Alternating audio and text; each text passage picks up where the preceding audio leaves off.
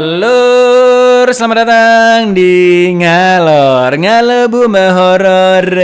Ya apa kabar lur, sehat-sehat kabeh yo. Balik maneh ambek aku Icang Kobra seperti biasa. Sesuai beberapa requestan dari kalian, ngalor kali ini filmnya menarik dan ngeri banget sih lur. Bergenre horror thriller. Film ini berjudul The Belko Experiment tahun 2016. Apakah kalian seorang pekerja? Nah, berarti kalian berada di tontonan yang sangat tepat. The Belko Experiment bercerita tentang sejumlah karyawan di perusahaan internasional yang tiba-tiba dikurung di dalam kantornya sendiri, dan mereka pun harus saling bunuh satu sama lain jika ingin selamat. Penasarin? Langsung gas pantun dari dulurku Grace Daniel ya kan. Bahasa Batak ya, mantap kali kau requestnya. Lai Icang marende di lapo tua. Kenapa jadi kayak Madura ya? Lai Icang marende di lapo tua. Monggo sekecaaken. Wah.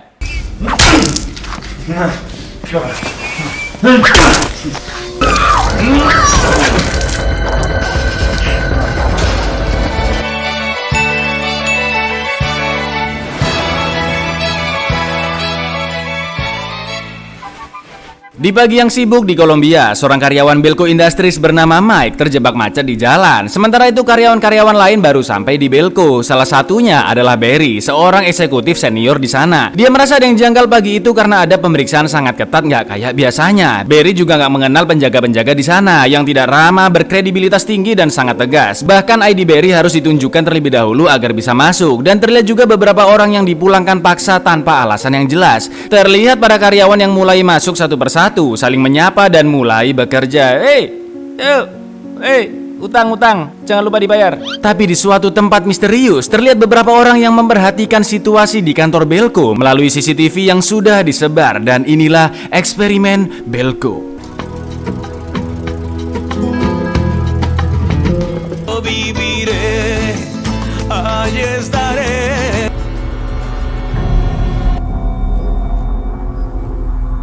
Hari itu adalah hari pertama Denny bekerja di sana. Sebagai kepala HR, Vince memberi Denny beberapa starter kit dari perusahaan, mulai dari ID card, HP, kartu kredit, kunci mobil, sampai apartemen yang semuanya milik perusahaan. Vince juga menanyakan apakah Denny sudah bertemu dokter untuk ditanam chip pelacak di kepalanya, karena setiap karyawan Belko lur, endasnya wajib ditanami chip pelacak demi keamanan. Dengan alasan banyaknya kasus kriminalitas di Kolombia. Usut punya usut, Belko Industries adalah perusahaan non-profit yang memfasilitasi para pekerja asal Amerika yang akan bekerja di Amerika Selatan. Sementara itu sekretaris Barry yaitu Leandra merasa tidak nyaman karena diliatin terus sama Wendell di seberang ruangannya. Leandra pun menegurnya dengan japri langsung ke Wendell. Tak lama kemudian Mike datang ke ruangan Leandra. Leandra pun menutup tirai ruangannya agar Wendell nggak ngeliatin dia terus, dan mereka pun langsung berciuman. Sampai akhirnya Barry datang menanyakan kerjaan ke Leandra, dan situasi pun terasa agak canggung sejenak. Leandra always said that Grok is culprit too. I'll put it through. Baru aja mulai kerja, Denny sudah diminta membuat presentasi dari berkas yang bertumpuk-tumpuk. Lalu beberapa karyawan di dekatnya pun memperkenalkan diri. Mereka adalah Roberto dan Liota. Terlihat juga Kate dan Peggy yang sibuk dengan rumah semutnya. Sementara itu, Mike yang OTW ke ruangannya merasa ada yang janggal karena semua karyawan asli Kolombia dipulangkan dari kantor, dan terlihat penjaga yang masuk ke gedung tua di sebelah kantor. Bahkan temannya Terry dan satpam kantor Evan juga nggak tahu pasti. Evan hanya mendapatkan email dari kantor pusat tentang gangguan keamanan, dan mungkin aja karyawan-karyawan Kolombia diminta mengurusnya, kata Evan. Lalu tak lama kemudian, tiba-tiba terdengar suara tak dikenal dari interkom kantor. 8 hours, most of you will be dead. Your chance of survival. We're all gonna die. Your first task is simply this. Murder any 2 of your fellow employees within the next half.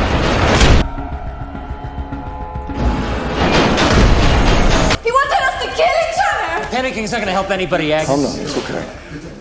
80 karyawan di gedung itu diharuskan membunuh satu sama lain lur. Dan jika dalam 30 menit belum ada 2 orang yang tewas, sesuatu yang mengerikan akan terjadi. Logam yang menutup seluruh bangunan memutuskan jaringan komunikasi HP mereka. Semua karyawan pun turun ke lobi dan mulai panik. Terlihat Wendell yang mencoba menendang plat logam, tapi itu terlalu keras. Yang disalahin siapa? Satpamnya jelas yang disalahin lur. Kasian Intevan. Mike pun bertanya ke teknisi di sana yaitu Bud dan Lonnie cara menjebol plat logam tersebut. Mereka pun akan mencoba memakai obor las. Kalau besinya tipis harusnya bisa dijebol. Lalu beberapa karyawan akan mencoba pergi ke rooftop untuk meminta pertolongan. Terlihat karyawan kafetaria bernama Marty dan beberapa karyawan malah asik nyebat ganja. Lagi masalah genting malah ganja. Sedangkan Barry sebagai salah satu petinggi di Belko menenangkan seluruh karyawan yang ada di lobi dan meminta mereka mencari tahu apa yang sebenarnya terjadi. Setelah itu, badan Lonnie pun mencoba melas pelat tapi sama sekali tidak meleleh karena ternyata itu adalah logam khusus. I ain't melted at all, bud. I've never seen anything like that. Vince dan Wendell pun membagikan air mineral ke para karyawan karena AC di sana mati dan udara jadi sangat panas. Mike pun bilang ke Barry jika semua ini bukanlah sekedar lelucon karena banyak kejadian aneh di hari itu. Mulai dari penjaga gerbang yang ketus, sinyal hilang, dan besi yang terlalu niat untuk menutupi gedung. Barry juga memberitahu jika dia melihat penjaga yang masuk ke gedung kecil di sebelah, yang mungkin aja semua kejadian ini diatur di dalam sana. Tapi Barry masih menganggap ini semua hanyalah lelucon semata dan meminta Mike untuk tetap tenang. Waktu sudah hampir 30 menit, karyawan-karyawan di atas nggak bisa minta tolong ke orang-orang yang lewat karena perusahaan Belko berdiri di tengah hamparan rumput dan tanah yang cukup luas. Sampai akhirnya mereka melihat salah satu penjaga gerbang dan teriak minta tolong, tapi dia cuma ngeliatin sambil nyeruput marimas terus melengos gitu aja. Lalu tiba-tiba situasi pun berubah menjadi sangat mengerikan.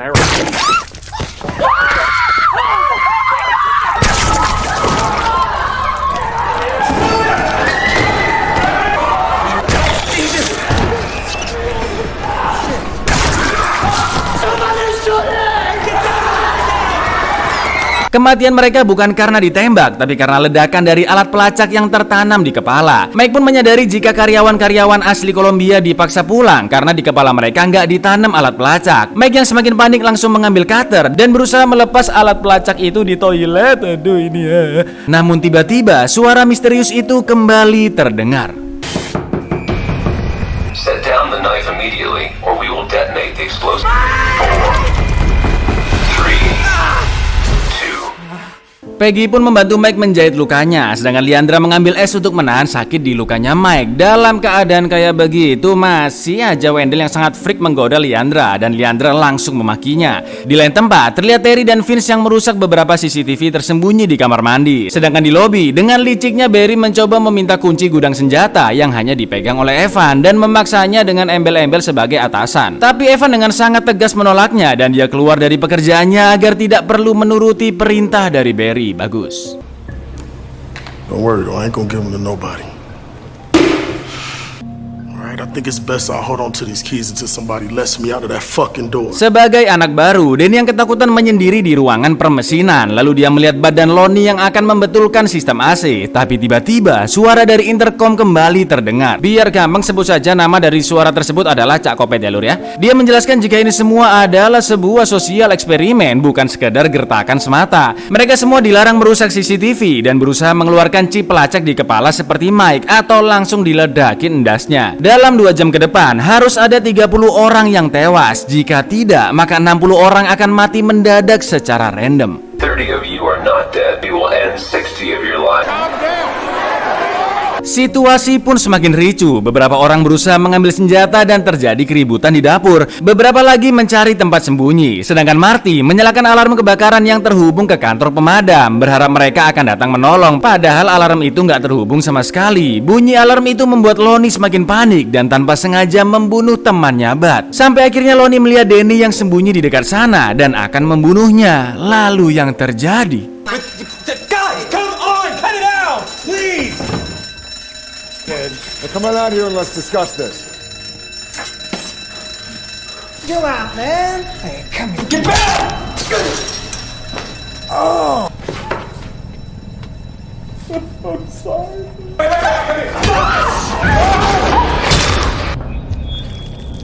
Sementara itu di kantin, beberapa karyawan berdebat tentang apa yang harus dilakukan selanjutnya. Mike tidak setuju dengan ide Barry yang sepertinya lebih memilih mengorbankan 30 orang daripada mati 60 orang. Karena Mike nggak mau mereka membunuh manusia yang tidak berdosa. Sampai akhirnya Leandra memiliki ide untuk meminta pertolongan orang-orang yang lewat dengan spanduk di atas gedung. Kebanyakan dari mereka pun setuju dengan ide Leandra. Tapi Barry dan antek-antek barunya termasuk Wendell dan Terry tetap berusaha membunuh 30 orang dalam waktu 2 jam. Karena menurut Barry, menunggu pertolongan kurang dari 2 jam sangatlah tidak masuk akal. Mereka juga tidak mau mati karena ada istri dan anak yang menunggu kepulangan mereka. Tapi yang lain kan juga punya keluarga. Plok. My wife and kids need me. We have to be bold here. You agree? Barry dan kawan-kawan berusaha membuka paksa gudang senjata dengan obor las milik Bud. Mereka beralasan akan menjaga senjata-senjata di sana agar tidak diambil orang lain sebagai alat pembunuh. Meg yang tahu pikiran licik mereka ingin senjata tetap terkunci di dalam. Karena Barry tidak menggubris omongan Mike, Evan pun mematikan gas mesin las dan menodong mereka dengan senjata. What the fuck off! I swear to God, I'm too sad, you ugly motherfucking face. Just give it to me. It's okay. It's okay. It's okay. Karena Wendell masih lanjut ngelas, Mike pun menembak kabel gas agar mereka berhenti. Setelah itu Mike dan kawan-kawan pun pergi dan terlihat Barry yang mengancam mereka. It's a stupid fucking move. We're gonna need help. Di lain tempat, Marty membuang air-air di galon karena dia meyakini ada kandungan di dalamnya yang bisa mempengaruhi mereka untuk saling membunuh. Kebanyakan ganja ya begini nih. Mike pun memperingatkan teman-temannya yang sedang membuat spanduk agar mereka berhati-hati dengan Barry, Wendell, dan juga Terry. Terlihat Leandra yang mulai memihak kepada Barry karena situasi ini dituntut untuk berpikir realistis dan itulah sifat dasar manusia yang hanya mempedulikan dirinya sendiri. Mike pun menenangkan Leandra yang terlalu panik dan ingin mereka menyelesaikan spanduk itu terlebih dahulu. Setelah spanduk selesai dibuat, mereka pun memasangnya di atap gedung. Tapi yang terjadi...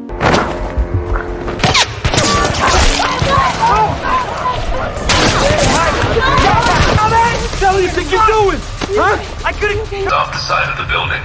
If another attempt is made, the explosive in the offender's... Tangan Kate tertembak dan mereka mengurungkan niat setelah mendapatkan ancaman. Mike menduga jika ini semua adalah sebuah eksperimen yang disengaja oleh pemerintah karena lokasi kantor mereka yang berada di tempat terpencil, adanya chip pelacak di kepala, juga gedung yang sudah dirancang sedemikian rupa. Leandra pun menenangkan Mike karena apa yang dipikirkannya terlalu berlebihan. Lalu saat mereka menuruni tangga, tiba-tiba... You stay! You stay! Keys. You want the fucking keys? Don't you call me Pollard. Chill out, Wendell. Come on.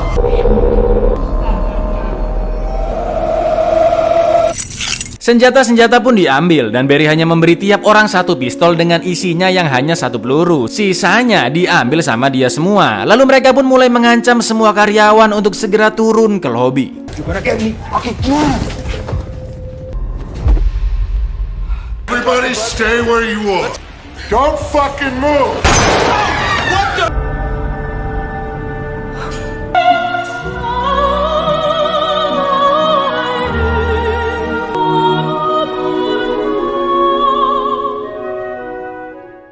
Barry meminta karyawan yang memiliki anak di bawah umur 18 tahun dan karyawan yang berusia 60 tahun ke atas untuk maju ke depan. Yang masih punya anak-anak kecil minggir dulu, aman kalian. Sedangkan 7 orang mbak-mbak akan dibunuh. Karena butuh 30 orang dan waktu tinggal 20 menit lagi, Barry pun mengambil orang-orang secara random termasuk Mike. Kalau ada yang protes nggak mau maju, loh langsung ditembak nggak pakai lama sama Wendell. Let him go! Everyone shut the fuck up! Turn on some music or something. Pembantaian pun mulai dilakukan. Danny yang mendengar suara keributan di lobi mengintip lewat pintu darurat dan melihat pembantaian amoral tersebut. Tepat ketika Mike akan ditembak oleh sahabatnya sendiri yaitu Terry, Danny mematikan beberapa aliran listrik di gedung dan kebrutalan pun terjadi. Go! Go! Get in. Watch out! Look out! You okay? Come on, let's go!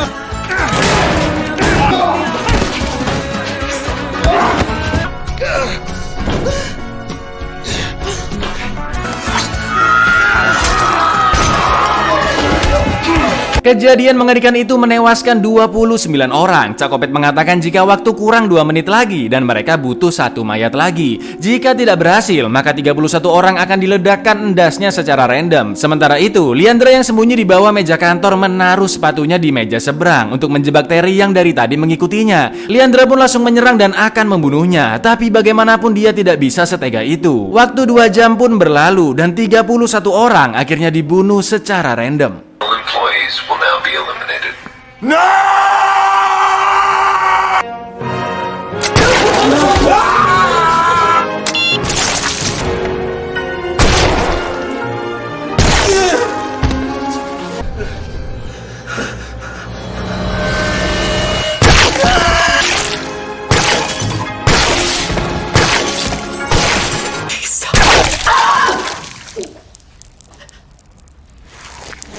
Setelah kematian 31 orang tersebut, Cak Kopet pun mengumumkan permainan di tahap terakhir, yaitu dalam 1 jam ke depan, siapapun yang membunuh paling banyak akan dibiarkan hidup. Itu artinya mereka harus saling bunuh sampai tersisa 1 orang jika ingin benar-benar hidup. Perhitungan saat ini, Danny telah membunuh 1 orang, Vince juga 1 orang, Wendell 7 orang, sedangkan Barry sudah membunuh 11 orang. Vince yang bahkan seorang kepala HR terhormat langsung membunuh bawahannya Razia dan temannya. Wendell juga menewaskan semua karyawan-karyawan di depannya, sedangkan Barry sempat digoda oleh seorang wanita yang lebih memilih menyerahkan tubuhnya daripada dibunuh. Wah, jelas dia sudah tidak peduli dengan perasululian ya kan, dan langsung mempotek lehernya untuk menghemat peluru.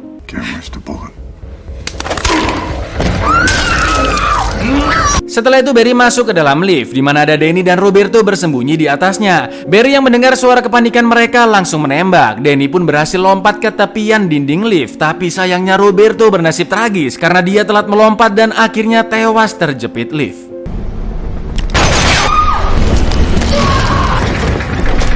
Karena kejadian itu, Danny terjebak di dinding lift sedangkan Barry terkurung di dalam lift yang error.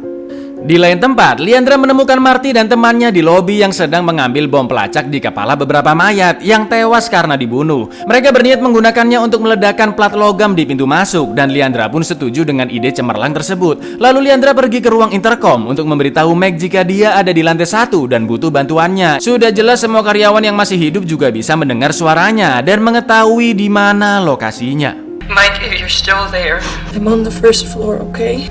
Could you please come? Mike pun langsung gercep turun ke lantai 1 dan dia bertemu dengan seorang emak-emak yang masih hidup, lalu mengajaknya turun ke bawah. Sementara itu, Leandra melihat Wendell yang membunuh temannya sendiri dengan sangat kejinya. Leandra pun langsung menembak tapi hanya terkena lengannya saja. Wendell pun menembak balik membunuh Marty dan temannya. Sampai akhirnya Leandra berhasil menindih Wendell dengan meja besi. Lalu yang terjadi, aduh ini gila sini.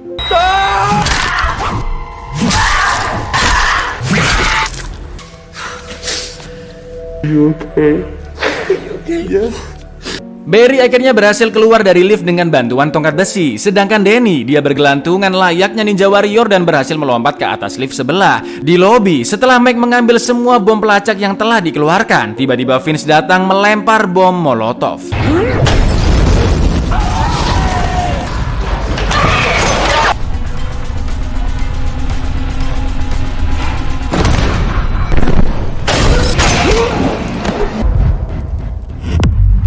Terlihat Danny yang berhasil masuk ke dalam lift, tapi saat dia sampai ke lantai 1,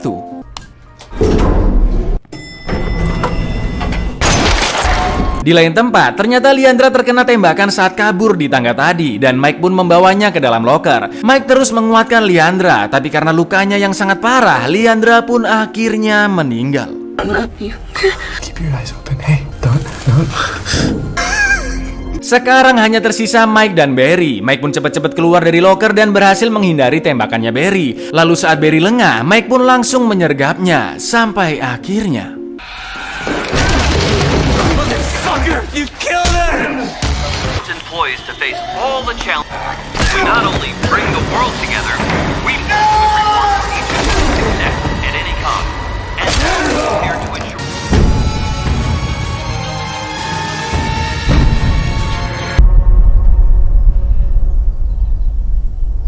Congratulations, Mr. Melch. You are the last remaining employee of Belco Industries.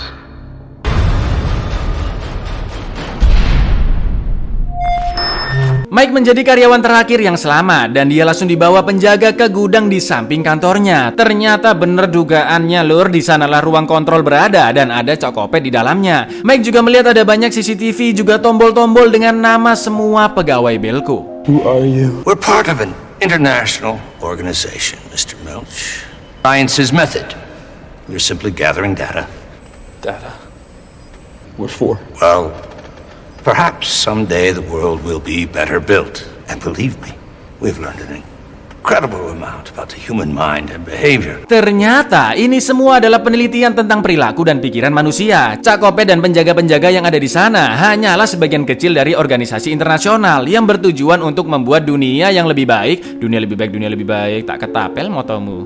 Gilanya lagi lur, Cak Kopet menanyakan bagaimana perasaan Mike sekarang. Mana pakai pilihan ganda macam di sekolahan ya kan? A sedih, B lega, C bingung, kayak gitu lur, kan psikopat ya. Sampai akhirnya Mike mengatakan jika tadi dia telah menaruh menaruh bom pelacak ke para penjaga, termasuk Cak Kopet, saat dibawa ke gudang tadi. Ketika mereka mencoba mengecek sakunya, Mike pun segera lari dan memencet semua tombol pegawai yang masih menyala.